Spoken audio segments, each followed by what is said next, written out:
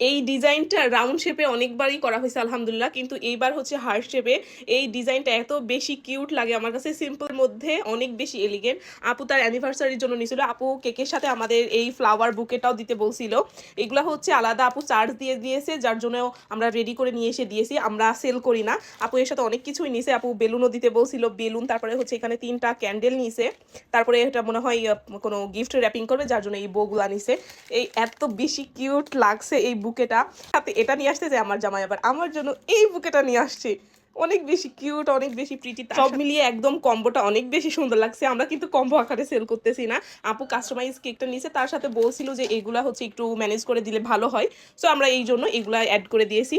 তো যারা এইরকম সারপ্রাইজ দেওয়ার জন্য কিংবা হচ্ছে অ্যানিভার্সারির কেক এরকম ফ্লাওয়ার বুকে সব মিক্স একসাথে রেডি করে নিতে চান, অনেকে আসলে একটু গ্রামের সাইডে থাকে, তারা তো এগুলা পায় না। আমাদের বামুন্দিতেও নাই, আমরা অন্য জায়গা থেকে ম্যানেজ করে নিয়ে আসছি। আর এই টাইপের অর্ডারগুলোর জন্য একটু সময় নিয়েই অর্ডার করতে হবে, যেহেতু কাস্টমাইজ কেক, এটাতে একটা টাইম লাগে। তারপরে এগুলা আলাদা যে ফ্লাওয়ার বুকে আদার্স যে কোনো জিনিসই আপনি অ্যাড করেন না কেন, তার জন্য সময় দিতে হবে। যেহেতু এগুলো আমাকে বাইরে থেকে নিয়ে আসতে হবে, তো একটু টাইম নিয়ে অর্ডার করলে ভালো হবে, সব দিকে একদমই পারফেক্ট হবে। তাড়াহুড়া করলে কিন্তু সবসময় সব জিনিস একদম সুন্দরভাবে হয় না। তাই যারা কাস্টমাইজ কেক অর্ডার করবে, কাস্টমাইজ আর যেটাই হোক না কেন, সবসময় একটু আগে থেকে অর্ডার করলে, একটু টাইম নিয়ে অর্ডার করলে সেই জিনিসগুলাই ভালো হয়।